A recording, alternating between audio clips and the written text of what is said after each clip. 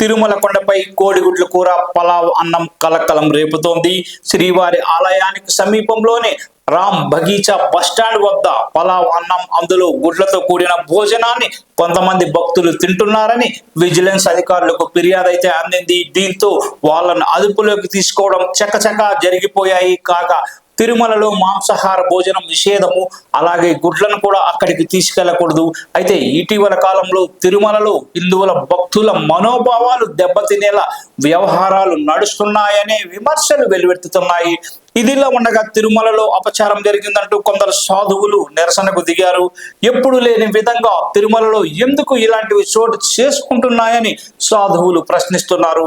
ఇదే సందర్భంలో టీడీపీ మాజీ చైర్మన్ భూమన కరుణాకర్ రెడ్డి కూడా తీవ్ర ఆగ్రహం అయితే వ్యక్తం చేశారు.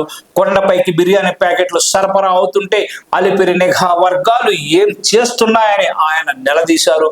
తిరుమలలో విజిలెన్స్ పూర్తిగా విఫలమైందని, అందుకే నిత్యం ఏదో రకంగా అపచారాలు చోటు చేసుకుంటున్నట్టు ఆయన ఆవేదన అయితే వ్యక్తం చేశారు. ఇప్పటికైనా కూటమి ప్రభుత్వం, టీడీపీ పాలక మండలి, ఉన్నతాధికారులు హిందువుల మనోభావాల్ని కాపాడేలా ప్రవర్తించాలని ఆయన డిమాండ్ అయితే చేస్తున్నారు. మరి దీనిపై టీడీపీ అధిష్టానం అలాగే టీటీడీ అధిష్టానం ఈ రెండు ఏం చేస్తాయో మనం చూడాలి.